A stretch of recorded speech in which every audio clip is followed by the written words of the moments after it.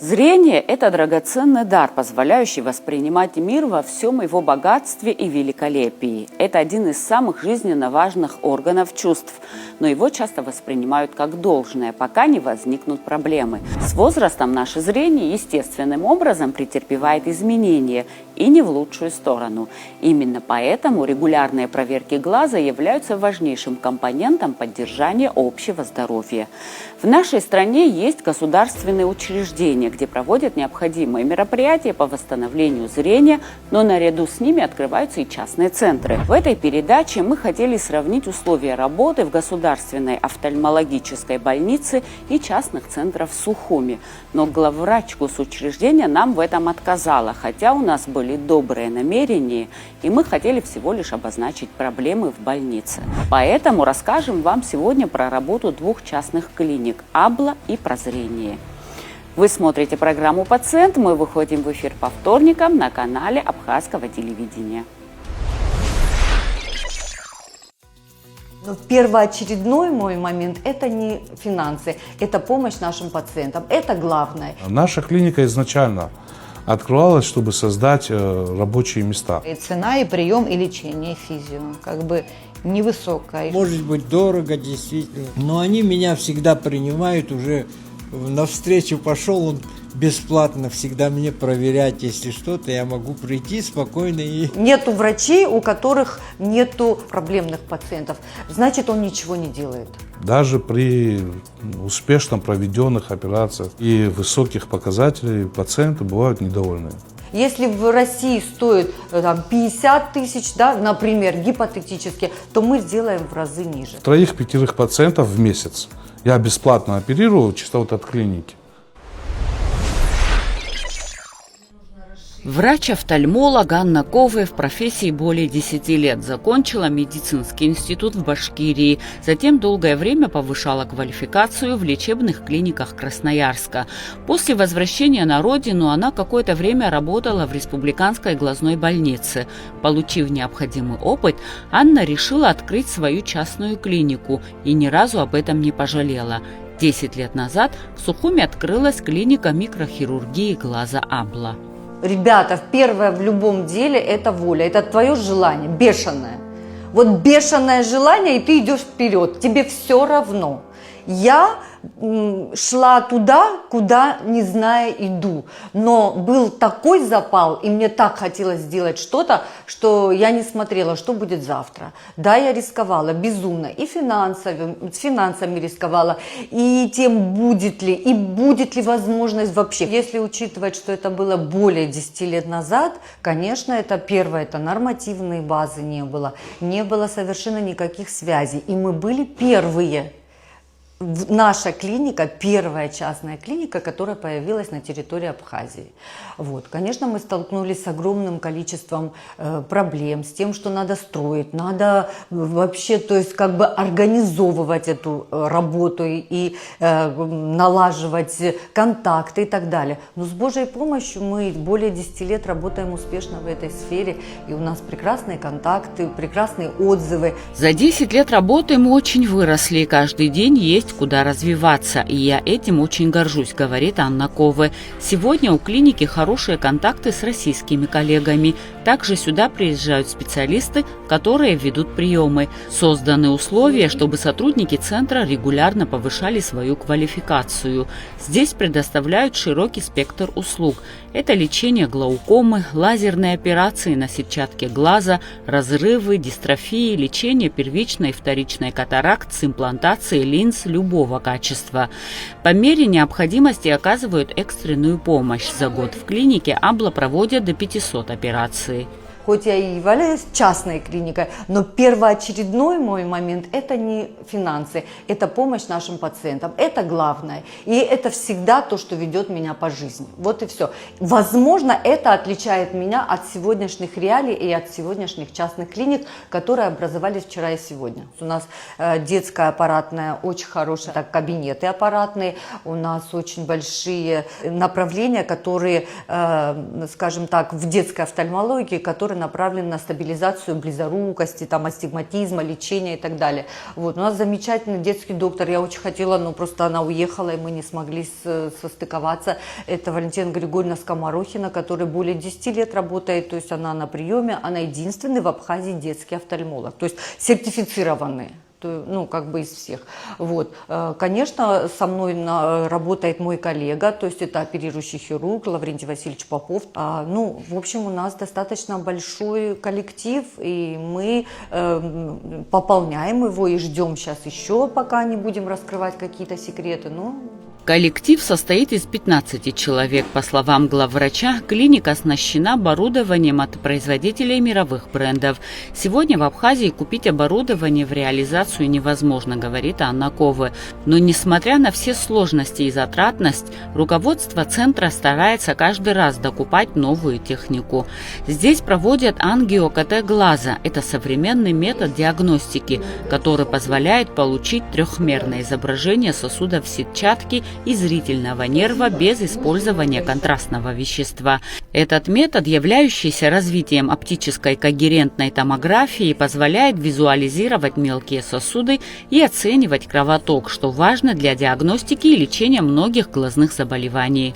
Оно дает нам возможность на самом раннем этапе, прям на самом раннем, выявить то, что глазом не видно. То есть я могу посмотреть, любой другой человек посмотрит. Выявить это на раннем этапе невозможно. Это может только сделать вот так аппарат. Естественно, это не просто ты поставил аппарат, это нужно обучаться, этому нужно годами прийти к этому. Естественно, мы должны еще расти. У меня есть как бы задумки, и это вот, скажем так, ближайшие, я думаю, которые дадут возможность еще больше раскрыть потенциал. Поэтому, то есть мы стараемся максимально закрывать то и делать закрытые циклы. Что такое закрытый цикл? Это, например, вот у человека сахарный диабет, да, то есть это у него осложнение от сахарного диабета. Для того, чтобы он был под контролем, эндокринолог должен послать к офтальмологу. Офтальмолог, придя ко мне, должен посмотреть вот в щелевую лампу, потом сделать обязательно компьютерный томограф, который вы видели, потому что без этого, без определения, что происходит в этой сетчаточке, как вы видели, красивенькой, да, то есть мы не увидим, как разрушил сахарный диабет сетчатку, и что нам дальше делать, и что ждать от этого человека и от зрения этого человека. Естественно, если мы видим уже проблемы в сетчатке, соответственно, мы благодаря этому аппарату можем понимать, как нам дальше быть. И дальше, если там есть диабетические отеки, соответствующие осложнения сахарного диабета, если там есть диабетическая ретинопатия и так далее, то мы уже применяем интравитреальные введения специальных препаратов, которыми я занимаюсь в нашей клинике, мы занимаемся, это ингибиторы ангиогенеза, которые позволяют стабилизировать зрение человека и не дать ему ослепнуть. То есть вот комплекс. И вот если нету комплекса и одна деталь из этой цепи ушла, то уже мы помочь человеку не можем. Вот в чем ваш ответ на ваш вопрос. Для чего нам нужно? То есть каждая нозология, ну то есть болезни, она должна иметь свой закрытый цикл. Вот так. Это что касается и болезни, и соответствующего его оборудования. В день съемок в клинике Абла пациентов было немало. Мы поинтересовались у них, что же их привлекло в частной клинике и почему они выбрали ее, а не государственное лечебное учреждение. Привели свекровь, мы обследовались в Гаграх. Нам потом вызвали сюда полное обследование сделать, подготовить к операции. Больше доверия, наверное, внушила, внимательность, не знаю, больше понравилось здесь. Ну а по деньгам мне недорого выходит? Ну, может быть, чуть больше, но качество, наверное, больше стоит, чем деньги. Кырцбайт арасын қойшы бра жараусван ачкуна бара айтсахана операция. Бара бжебет частный клиника нас апрах саосалаки. Аха проблема коза проблема самтит операция. Айбеки аки гетсарету барис самтит. На направление Авенткарас Харсарна помощь материальной помощи создаться заявление из юстаху. Привела свою маму Вчера мы были первый раз с ней. А почему именно сюда привела? Потому что я сюда водила своих детей. У меня двойняшки, девочки. И вот проблемы были немножко с глазами. И вот мы стали сюда ходить. И мне, в принципе, эта клиника понравилась. И сам врач. Ну, сейчас были мы у детского врача. Это другое чуть-чуть. Сейчас мы ко взрослому пришли. Но я, честно говоря, вчера, когда мы были у взрослого, тоже мне это очень понравилось. У нас была операция у мамы 7 лет назад. Ну, она как бы очень... Правильное решение приняли мы, вот, ну, один глаз уже сделали, второй будем делать. Очень средняя такая и цена, и прием, и лечение, физио, как бы невысокая. И что касается сейчас мамы, опять же, космических цен я здесь не вижу. 3 года назад в Сухуми открылся Центр микрохирургии глаза прозрения. Главврач центра – офтальмолог-хирург Астамур Гулария. В профессии он с 2008 года. Интернатуру заканчивал на родине, затем уехал в Москву для прохождения ординатуры. После завершения учебы он работал в различных частных клиниках практически по всей России. Затем он открыл частный глазной центр в городе Ковров Владимирской области. Впоследствии он считался одним из лучших центров во всей области. По словам Астамура Гулария, спонсоры были щедры и не скупились на приобретение дорогостоящего оборудования и создание необходимых условий для работы. И это дало ему возможность раскрыть весь свой потенциал. Тогда он и задумал открыть подобный центр в Абхазии. Когда это осознание пришло, я решил вернуться домой. Потому что дома не было такого центра. Есть офтальмологи, хорошие офтальмологи есть, врачи хорошие есть, но такой хирургии, как я представляю, здесь такой хирургии не было. Нашим многим гражданам приходилось уезжать. Они приезжали и ко мне, будучи работая в России, и у меня оперировались там. Но это им тяжело уезжать за пределы Республики Абхазия. И наступил тот момент, когда я смог открыть клинику дома. Задача моя была создать такой центр, чтобы наши граждане получали здесь всю необходимую офтальмологическую помощь в том качестве, как получают ее в России. Ну, самое ближнее государство – это Россия. И многие уезжали из Абхазии в Россию, попадали там в разные центры, там их оперировали, потом они возвращались домой, и не всегда их должным образом наблюдали. Сюда я много раз возвращался, хотел устроиться на работу, но, к сожалению, не было такого вот центра, и мне не могли дать ставку там врача или еще что-то такое подобное. Работая в России, я несколько раз приезжал к нашему министру и говорил о том, что я хочу домой вернуться, планирую, но, к сожалению, тогда был не нынешний министр, другой министр был, но не было, так скажем, ставок для работы молодого специалиста. Прозрение – это сеть медицинских центров микрохирургии глаза, которая имеет филиалы в разных городах России, теперь и в Абхазии. Клиники предлагают услуги по диагностике и лечению различных глазных заболеваний, используя современное оборудование и методы лечения. В прозрении есть операционный блок, предоперационная, стерилизационная, диагностический кабинет, регистратура, ведутся электронные истории болезней. Врачи оперируют пациентов со сложными случаями и выявляют на ранних стадиях тяжелые патологии. Человек, который обращается сюда, получает расширенное обследование и современное лечение. В этом центре проводят высокотехнологичные операции. По словам Астамура Гулария, даже в России не везде делают подобные оперативные вмешательства. Например, в Сочи нет такого хирурга. Он приезжает из других городов.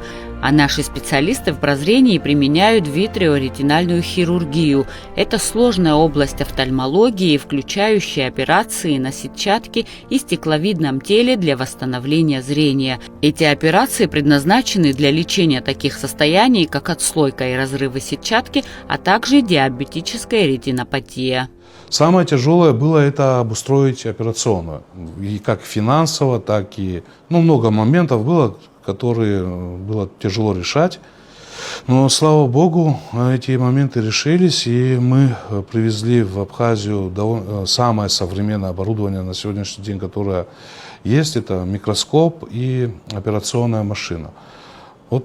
наверное, это самые дорогостоящие и тяжелые моменты были основать. Ну, потом обучение нового коллектива, прием на работу молодых специалистов. Мы исключительно работаем со специалистами непосредственно из Абхазии, то есть мы даем рабочие места нашим молодым специалистам.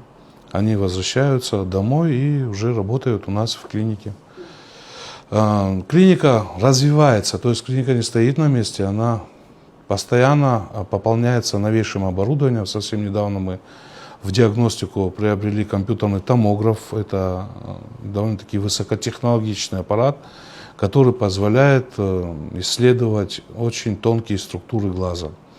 И диагностический центр расширился возможностями лечения пациентов с заболеваниями сетчатки, глаукомы, сахарным диабетом. Хотелось бы остановиться на таком опасном заболевании, как глаукома, которая приводит к полной и безвозвратной слепоте. Полностью вылечить ее невозможно, поскольку утраченное зрение нельзя вернуть, а заболевание носит хронический характер. Однако при своевременном начале лечения можно остановить или замедлить прогрессирование болезни и сохранить зрение. В прозрении есть специальное оборудование, которое позволяет выявить эту болезнь на совсем ранних стадиях, поэтому глаукому у нас можно успешно диагностировать уже при первичном осмотре. Частная медицина – это про здоровье. То есть, если государство не может обеспечить клиники свои государственные таким оборудованием, такими специалистами, то что делать тогда? Тогда человеку болеть. Моя частная медицина направлена на то, чтобы я здесь работал, чтобы я здесь жил и занимался своим любимым делом. И чтобы мне не было стыдно за то, что я делаю. Моя частная клиника, она не направлена на бизнес. Если бы она была бы направлена на бизнес, я бы формировал бы другую политику и в клинике, и вообще в целом. Если гражданин не имеет возможности оплатить свое выздоровление или здоровье, то Министерство здравоохранения работало и работает довольно-таки эффективно и помогает малоимущим людям. И такой системы здравоохранения, как в России, у нас нет. Для того, чтобы такая система здравоохранения, как в России была, в системе ОМС, надо платить соответствующие налоги и за свое все равно здоровье платить. То есть из зарплаты вычитаются и идут в бюджет какие-то деньги, которые потом возвращаются в Министерство здравоохранения. И это круговорот, да, это круговорот. Бесплатного нету ничего. Не может быть бесплатно. Пациенты центра, с кем нам удалось побеседовать, довольны своим выбором. В первую очередь их привлекает качество лечения, вежливый персонал и наличие современного оборудования. Краснодар инаркны акырсны қойдаха сарисыхо глаукома захсу дарахштродю. Аджи мапылкит сарай ибиху здрудаха изухзумлай. Ари расахай сырсымчыз хозик хосот ихит был ебо бапсахынзату хосот ихам пшиш кусацот абршиш боепшат засшажо сқазазириоп дара джеба сынди билдрсхаqa ире ибзурала ицарала ихшуяла загис чугдиха секуршаны брас жбос рахо сқазаз абри уипсио. Лечение я прохожу в течение, вот уже 4-й год прошел. У меня восстановилось зрение на 100%. Я вообще могла потерять. И плюс еще провел операцию, катаракту. Я теперь на все 100% вижу, зрение восстановилось. Также я маму здесь оперировала, ей 92 года. Представьте себе, человек в 92 года со своими возрастными заболеваниями и прочими. Конечно, мы боялись, риск был. Прекрасно провел операцию. Во-первых, самое главное, что это близко, здесь в центре. Во-вторых, я давно про уважаемого Астама расслышал. Все, понимаешь, когда я смотрю, определяю по тем, как здесь оборудовано, какая чистота, какой порядок. Вот этим я доверился. Вот я правый глаз свой оперировал, вот уже когда это было? 2 года назад. Вот оперировал и прекрасно вижу, и читаю, и все. Вот. Это, конечно, может быть дорого, действительно, все. Но они меня всегда принимают, уже навстречу пошел, он бесплатно всегда мне проверять, если что-то, я могу прийти спокойно и это. Вот. Это прекрасно, да, прекрасная клиника, прекрасная. Я доверяю нашим врачам. Мне нравится, вот сегодня очень много молодых, которые очень перспективные. Им просто немножко помощь нужна от государства. И плюс еще, когда доверие между больным и врачом, это очень большой результат будет. Александрович Астамур, он сколько лет работал в России? Прекрасно мог там остаться и работать. Но приехал же и работает. И вот, слава Богу, я считаю, что для меня это большая помощь. Частные клиники есть во всех цивилизованных странах. Они существуют в условиях здоровой конкуренции. Частные клиники часто предлагают более короткие сроки ожидания, комфортные условия пребывания. Однако стоимость услуг в частных клиниках, как правило, выше, ведь существуют они за счет своих пациентов. При этом главврачи центров, о которых идет речь в нашей сегодняшней передаче, утверждают, что их клиники не нацелены на коммерческую составляющую. Основная задача – оказать офтальмологическую помощь пациентам и сделать ее доступной для граждан. Да, цены здесь чуть выше, чем в государственных клиниках, но зато значительно ниже, чем в России, говорят они. Если учитывать, что сегодня госучреждение, по сути, не должно иметь никакую цену, да, то есть, это госучреждение. Но мы же понимаем, мы все адекватные люди, мы все прекрасно понимаем, что на сегодняшний день медицина, по сути, в наших уже 20, чуть ли не близко 22 веке, то есть не может быть, по сути, бесплатной. Потому что не из-за того, что человек не может работать там, да, как альтруист, а потому что для того, чтобы он что-то сделал, нужно купить оборудование, нужно вложить, и не только купить и поставить, нужно его обслуживать. Цены на те же услуги, которые в округе. И все, мы смотрим на это и, понимая наши условия, мы делаем их в разы просто ниже, чем в том же Адлере. Все, других нету. Мы смотрим по возможностям Абхазии. Если в России стоит 50 тысяч, да, например, гипотетически, то мы сделаем в разы ниже. То есть на этом как-то мы стараемся просто сделать так, чтобы было возможно пациентам нашим жить и работать. И еще раз говорю, не основная задача, то есть заработать $1 миллиард или $1 миллион. Нет, совершенно нет, мои дорогие. То есть для меня самая основная задача – это пациенты. Наша клиника изначально открывалась, чтобы создать рабочие места. Ценовая политика у нас исходит из многих факторов. Это аренда помещения, зарплата тем людям, которые здесь работают. Это расходный материал. Мы закупаем расходный материал, лучшее, что есть в офтальмологии. И из этого все и строится. Мы строим из того, чтобы клиника не закрылась, а существовала, потому что мы не получаем ниоткуда финансирования. Пациент за свое здоровье, он будет платить везде. Нету такого, даже в России не существует бесплатной медицины. Вы сегодня по полису в России что-то можете получить, но я вас уверяю, вы все равно будете платить за что-то. Самой медицины бесплатной не может быть априори. То есть вы за эту медицину платите, вы должны платить, я должен платить. Каждый человек платит за что-то. Бесплатного ничего нету. Если человеку нужна какая-то операция, если он уезжает в Россию, она в среднем, допустим, стоит в России 10 рублей, плюс дорога, плюс проживание, оно обходится в 20 рублей. У нас это стоит 9 рублей, образно говоря. У нас нету такого, чтобы содрать с пациента что-то и сделать. Мы живем дома. Я такой человек, который я кладу его и оперирую вообще бесплатно. И говорю: будь здоров, мой брат. Это я, но это неправильно. Это просто я такой человек. А если вот правильно, то да, мы стараемся послать в Министерство здравоохранения.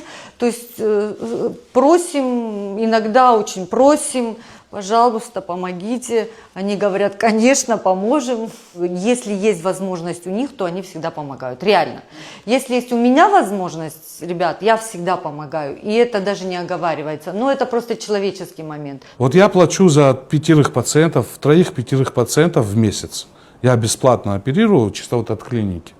Да? Да. У нас вот так, 3-5 пациентов мы оперируем, не прием ведем, а оперируем. Инвалиды Отечественной войны наши, я вас перебиваю, они 3 года смотрятся здесь бесплатно. Но это как государственная программа, нет, да? Это, Или нет. же платят инвалиды, за них фонд инвалидов? Нет. Фонд в первый год сразу перестал работать с нами. Первичный прием и вторичный прием, и 25-ричный прием наших инвалидов Отечественной войны здесь абсолютно бесплатно.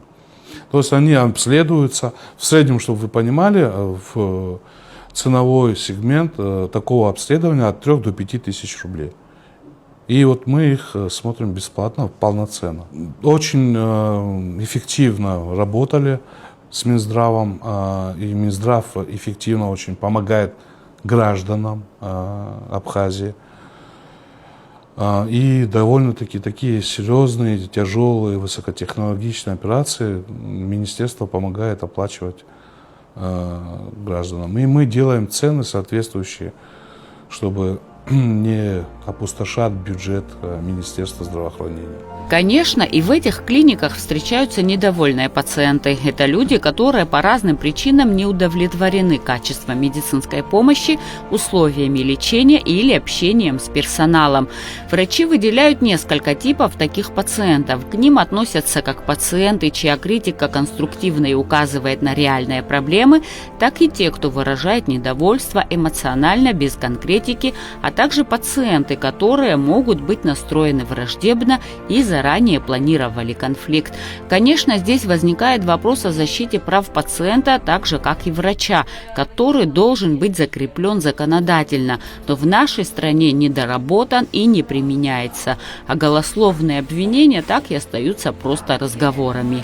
Нету врачей, у которых нету, некрасиво сказано, но у которых нету своих, проблемных пациентов. Значит, он ничего не делает. Это однозначно. То есть будешь сидеть ровно, ты будешь для всех хороший.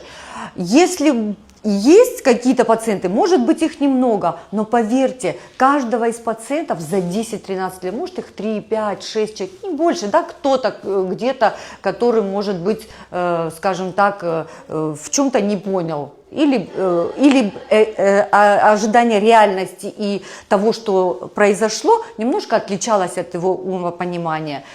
Каждого знаю, каждого помню, каждого на телефоне.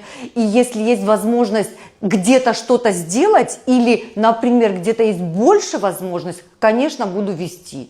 Всегда, всю жизнь, всегда на контакте. Сегодня уже с учетом, как говорится, вот этого опыта 10-летнего, я оговариваю каждую деталь, чтобы человек знал, что возможно быть в реальности. Потому что я иду, не зная, с чем я столкнусь. Придет нормальный, придет не сильно нормальный, неадекватный, придет с адекватной проблемой или с запущенной и будет требовать решения здесь и сейчас. То есть это невозможно предугадать. Разные люди, даже при успешно проведенных операциях и высоких показателей, пациенты бывают недовольны, как и везде. То есть такого не бывает, что пациент был из 10 один пациент недовольный, может быть, образно говоря. Но мы стараемся объяснить, рассказать подробно и развеять все их сомнения или жалобы, которые имеют. Бывает такое, что они обращаются Есть такие, вот буквально сегодня такой пациент был, они потом выезжают за пределы Республики Абхазия, приезжают в институты, во многие клиники, и их обратно отправляют, и их сомнения очень быстро развеиваются. И говорят, что у них все сделано на высшем уровне. Потом они, конечно, приходят уже чуть-чуть приземленные, и осознают. У нас, к сожалению, не знаю, с чем это связано, но немножко подорван так авторитет именно врачебно. Именно больше как-то доверяют приезжим докторам или же там, иностранцам, российским врачам, нежели нашим. У нас очень много хороших врачей, офтальмологов в том числе. У нас здесь не только моя клиника работает, здесь еще есть клиники, которые также работают и на таком же хорошем уровне. С возрастом риск развития различных заболеваний глаз увеличивается, поэтому пожилым людям рекомендуется чаще посещать кабинет офтальмолога.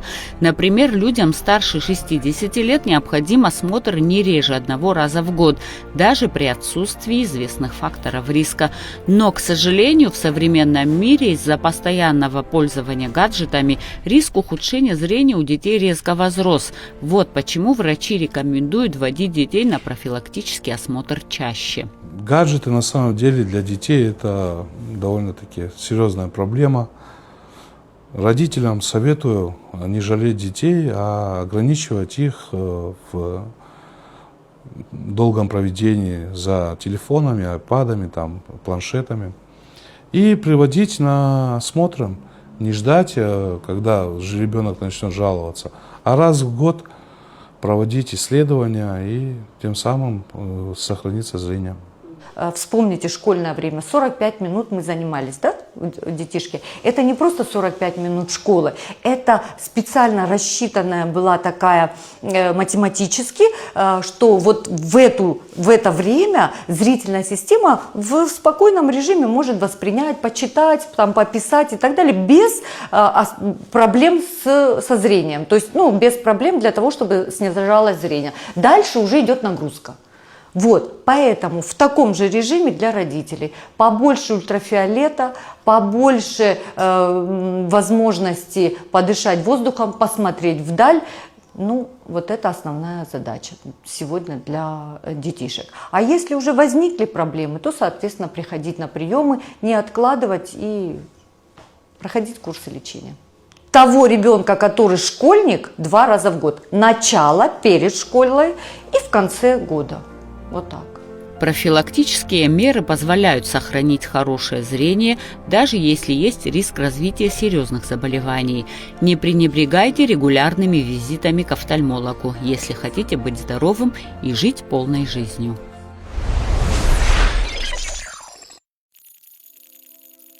Многое в медучреждениях зависит от руководителя. Наладить работу, набрать квалифицированных специалистов, приобрести оборудование, провести ремонтные работы – все это должен организовывать главный врач. Если это государственное медучреждение, добиваться у государства. А государство, в свою очередь, должно быть заинтересовано в обеспечении комфортных условий для пациентов, чтобы сделать свои медучреждения конкурентоспособными. Тогда пациент сам решит, в какую клинику он пойдет. На этом я прощаюсь с вами. Будьте здоровы и до новых встреч!